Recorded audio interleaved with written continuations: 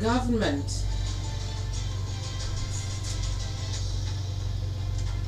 We cannot stop talking as there are issues. We need to continue to talk until a lot of our voices are heard, and some of the things, the resolutions that some of our experts are giving out be implemented. Good morning once again, and welcome to the Melting Point on Memories 96.5 FM. With 4 minutes gone away from the top of the hour, let's begin our conversation. Today we're going to be talking about so many things. So we're going to be talking first of all about the governor's rally, getting to hear the perspective of our analysts. Remember, we discussed that yesterday in earnest, but we're going to be getting a different perspective today. We're also going to be talking about the involvement of the UK TUC in the Joe Ajaro's arrest, the condemnation, how they have condemned the government, and how the presidency has responded also to the condemnation, saying that Ajaro behaves or thinks he's above the law. We're going to run through all those details on the Melting Point, so do well to stay tuned till the top of the hour 11, where we'll be discussing a lot about the country. My name is Sharon MANDOR. Once again, welcome to the Melting Point. I have with me in the studio the president and the founder of Open Forum. He's also a public affairs analyst and political affairs analyst. Good morning to you, citizen Matthew Kofi O'Connor. Thank you very much, Sharon. Good morning. Welcome. Yeah. Good morning, fellow citizens, and good morning, humanity. I must say, when you came in, that perfume, citizen, you want to blind my nose. Oh, what do we call it? Some person to say is fib tricks. I love it. I love it. You threw me off guard, but I love it. Thank God. Thanks to my wife that bought it. Cute. Just try to keep fresh. All right, so citizen, you I know you've been following up. If you weren't already at the stage of you had everything that the governor said during the rally, made a lot of promises, rewarded the youth, gave out a lot of money, and also the Ministry of Youth and Sports divided it. In fact, we'll go get your perspective on everything that was said. I wasn't physically at the stadium. Okay. But I was very interested about what was to happen there, and thank God for social media. That program was beamed live, and I was interested in every bit of what was to be said there by all the speakers. I may not have joined from the beginning, but I heard the House of Assembly when they spoke to their representative, one member representing Uyo state constituency. There was something I expected from the House angle, but what I expected did not happen. I'll tell you what it is as we move on. And all they did was a typical thing that is done, which is endorsement for second term.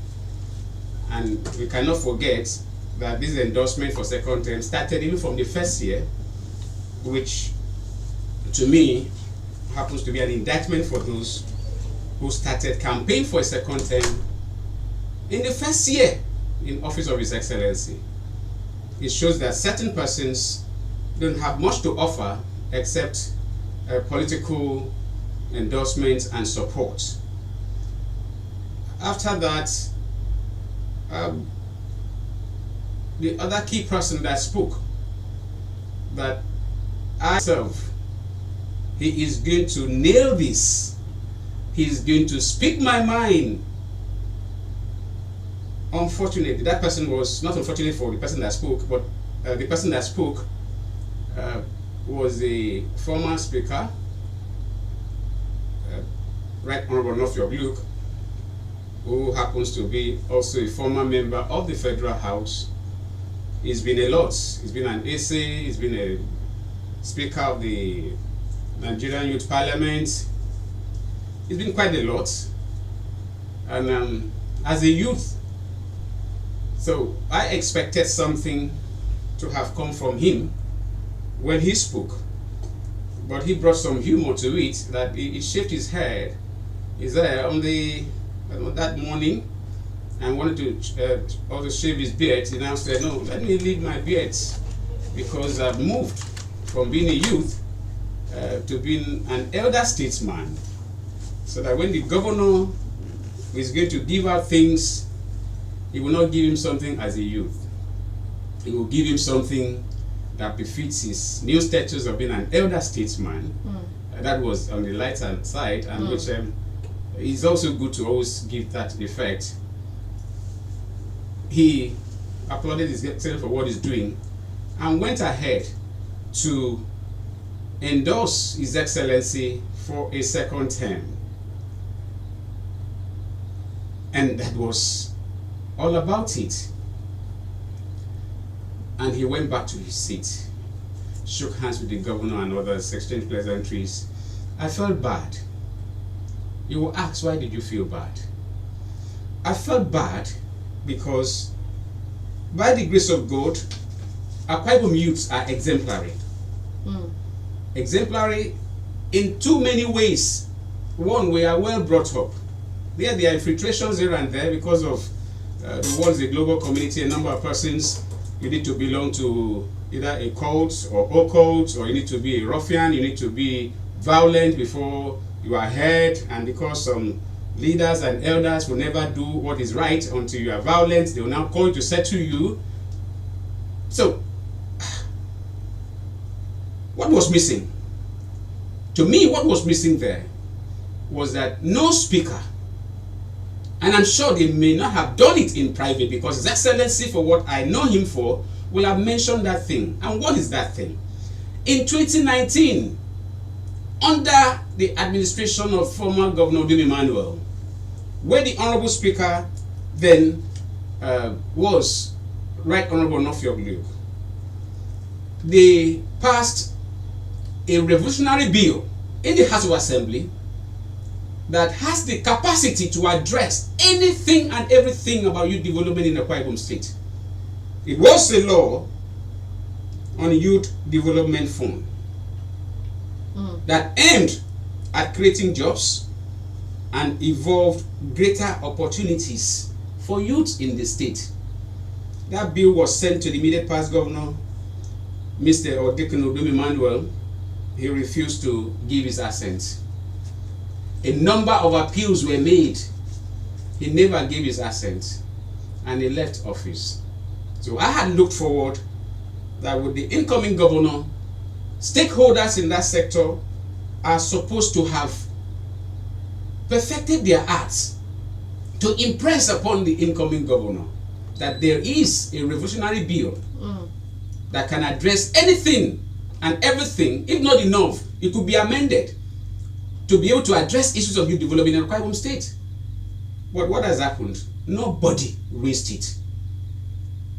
I've never heard any, even from the Ministry of Youth and Sports, nobody has raised it. It's like even what I've been shouting about, the Akwa Ibom education roadmap. There's no state in Nigeria that has that kind of roadmap. Ministry of Education has refused to bring it up, even despite our calling them out. But that is not the end of it. We are still on it. So for His Excellency, who has been very magnanimous in doing interventions, enough that is distracting His Excellency from the Arise Blueprint, which came out of almost 3 days or so of rigorous summit at Meridian. Only God knows how much was put in. And they even went to Abuja and Lagos to hold a retreat for the commissioners and leaders and even some contractors who were there. But what we have is mostly interventions because of how peculiar Nigeria is. But that notwithstanding, we are very organized people. So the lowest point of that celebration, or one of the lowest points of that celebration, was the fact that nobody deemed it fit to appeal to His Excellency that the Akwa Ibom Youth Development Fund bill or law, a bill that was passed into law, should be signed and implemented. lowest point. 2, the focus of the youth appreciation was that there was no protest, end bad governance protests in Akwa Ibom State.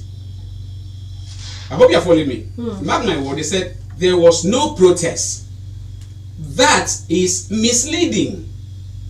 His Excellency had, before the due date for the protest, just like Mr. President was doing, met with stakeholders and appeal to them that please, there should be no protest in Akwa Ibom. But if there is to be protest, let it be peaceful. And the late CP, may God bless his soul, CP Wahid Ayilara, spoke there. And he made it very clear that they are not, the police is not against protest, because protest is a constitutional right, but that they will not condone any form of violence. And security were released all over the place. On that same day, I was on this very mic. I was on air. On the 1st. And remember you asked me, how is the road? I said the road is dry. There's a car stand somewhere. All the cars were moved away. Shops were locked. Generally speaking, Uyo primarily was shut down.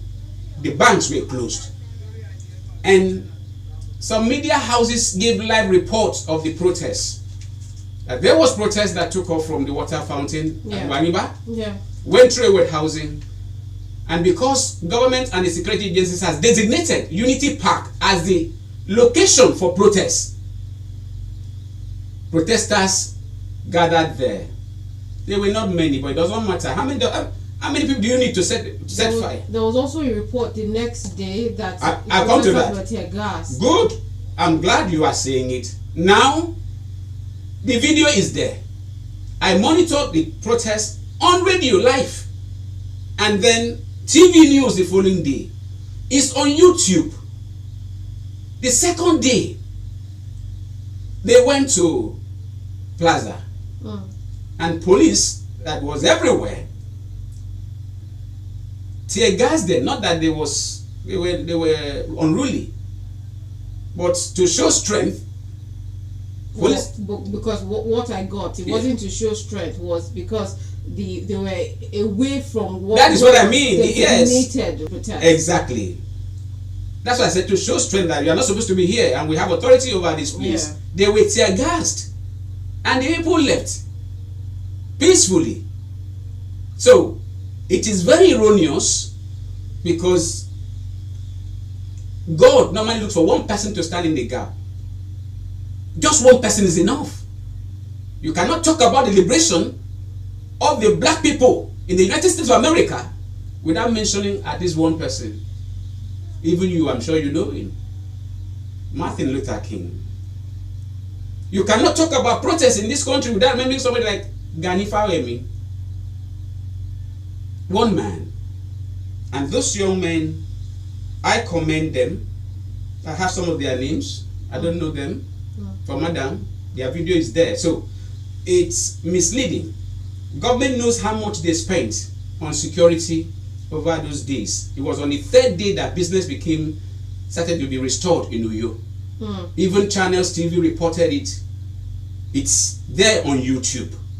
So there are things we need to guard against, because we cannot distort history. We cannot. Now, for those that are benefiting for not having participated, it's good. But I have made a comment on social media that His Excellency should also possibly look for those that protested peacefully and reward them for standing in the gap for Akwa Ibom, because it was not a local thing. Some persons, some analysts are saying that, oh, it's because the governor is trying to play nice with the president and the Senate president. You need to protect Akwa Ibom, that Akwa Ibom supports the president. We all support the president. And one of the greatest supporters of His Excellency, President Asiwaju Bola Ahmed Tinubu, just like I support wholeheartedly His Excellency Pastor Moino, the difference between praise singing and critical thinking should be well defined. Otherwise, the same thing that has happened in the appreciation of Akwa Ibom youth will happen to every other sector. The key thing that is to be done, one cure for all manners of ailment for the youth will have been to send back the earlier passed law to the House with necessary amendments to suit into the times. But the total disengagement, not mentioning of it, shows that those around His Excellency are not living up to expectation.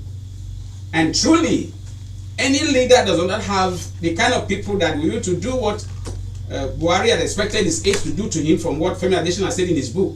I think that I love that. One of my sweetest things to come from Buhari was that argue with me, analyze things. If you have a superior argument, I will take. Femi Adesina mentioned that in his book. Even though they did not do it to the man and they allowed him to end the way he ended, but it's a strong point because that's my position. I'm a situation room person. The people that are supposed to have helped His Excellency have failed His Excellency, just like the aspect, because I'm sure most of the things His Excellency mentioned, he must have discussed with somebody. Sharon, one of the things that have formed the headline about out of the numerous things His Excellency reeled out when he spoke, I watched him from beginning to the end, and I saw his passion. The 310 million per local government area, I am sure you know that is likely the least amount that was spent on that ceremony. Why? To mobilize the number of those cheerleaders and youths from local government areas are normally organized. The buses are sent. And he also mentioned it there that everything will be taken care of. That's what I'm saying. I'm just telling you that what is capturing the headline is 310 million. Yeah. 10 million per local government. I'll do the analysis for you to see what that comes to. But I'm telling you that from what I know, having been an organizer, having been a participant in organizing some things like that, is that that amount must have been the least. Because to bring out all those cheerleaders, send them away from there, would be more than that. And then you go to the 20,000 naira increase from 10,000 for students. For bursary, bursary. For those reading professional courses, including agriculture, we have law, medicine, engineering, and agriculture. And then the postgraduate students. Good. So you're looking at so much amount is going to go in for that. You now come to the Ibom Watch, where 3,000 youths are to be employed as part of building up the security and intelligence gathering in the state. Sharon, do you know what it means to employ people on a permanent basis? And that very program has a question mark on my part, which I had started dealing with when I interviewed some veterans in the state. Just stress and other factors do not allow me to do a follow. I'm going to do a follow on that because we need to situate this thing properly. Otherwise, we'll be recruiting people that are unfit for the work, or maybe settlement for being part of one group and the other, which will not really serve the purpose of securing the state. So far, it's only 5 of them that were recruited. How was recruitment done? Who is leading them? What is the military background? Because we are talking about security. We are not talking about what we used to have, what did they even call them, that they used to fight. But they undergo training before being put. It is more than that. Listen, if Nigerian police or other security agents are recruited the way Ibom Community Watch people were recruited, and the fact that what is the number and what is their coverage area, what are their backgrounds, what are the age limits. The other day I saw one of them with heavy beards. You understand? If you are in the military security formation, there's a particular look that you must wear. Yeah. So when you see people who wear beards and look as if they want to show you that if you do anyhow, you see anyhow. You know what that means. So that's just by the way. And then you also talked about the number one for me happened to be the employment database, youth employment database. Yeah. It's the master stroke. Put your qualification, your local government, that is going to form the basis of where people will be recruited to the state civil service, and the 5,000 people from there that will be